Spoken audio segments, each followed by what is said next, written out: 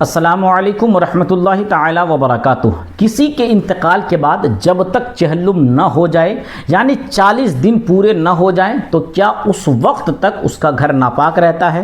اور دوسرا سوال یہ ہے کہ کسی کے انتقال کے 40 دنوں کے بعد کیا گھر میں چونا وغیرہ دینا یہ ضروری ہے؟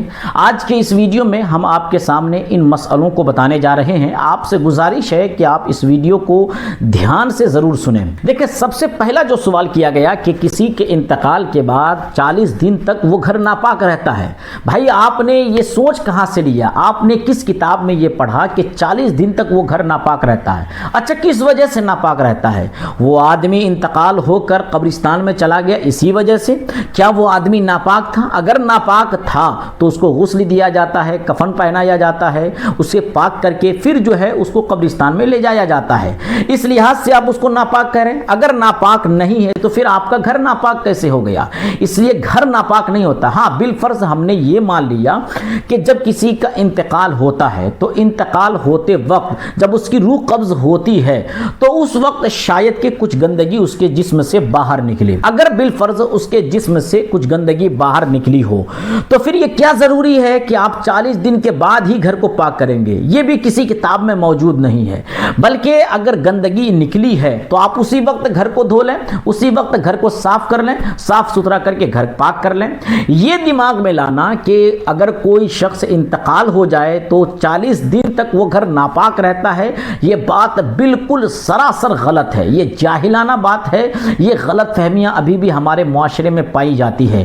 اس لیے غلط فہمیوں سے ہمیں دور ہونے کی ضرورت ہے۔ اگر کچھ گندگی روح نکلتے وقت اس کے جسم سے نکلی ہے تو آپ اسی وقت اپنے گھر کو ان تمام گندی چیزوں سے پاک کر دیں، آپ کا گھر پاک رہے گا۔ یہ وہم کرنا کہ 40 دن تک ناپاک رہے گا، ایسی بات بالکل غلط ہے۔ اور جو دوسرا سوال کیا گیا ہے کہ کیا 40 دن کے بعد گھر کے دیواروں میں، گھروں میں چونا وغیرہ لگانا ضروری ہے؟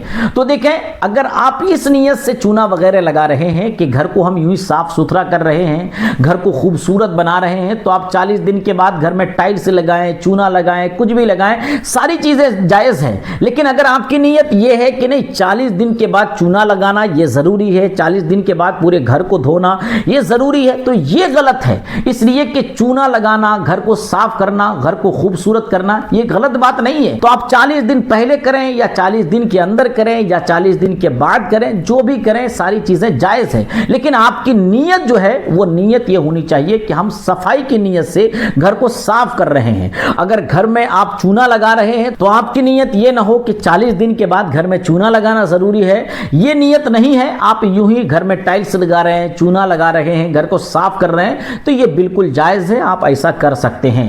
لیکن یہ غلط فہمی نہ پالے رکھیں کہ گھر ناپاک رہتا ہے یا پھر 40 دن کے بعد دھونا ضروری ہے، 40 دن کے بعد چونا لگانا ضروری ہے، یہ ساری باتیں غلط ہیں۔ امید ہے کہ آپ کو آج کی یہ تمام باتیں سمجھ میں آ گئی ہوں گی۔ اگر یہ ویڈیو آپ کو اچھی لگی ہو تو اپنے دوستوں احباب تک ضرور شیئر کریں۔ اس کے علاوہ کوئی کنفیوژن باقی ہو تو آپ اپنے کنفیوژن کو دور کرنے کے لیے یا اسلامی کوئی سوال ہو تو سوال کو کمنٹس میں لکھ کر ضرور ہم سے پوچھ سکتے ہیں۔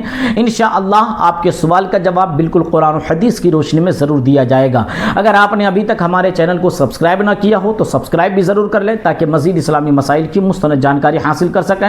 السلام علیکم ورحمۃ اللہ تعالی وبرکاتہ۔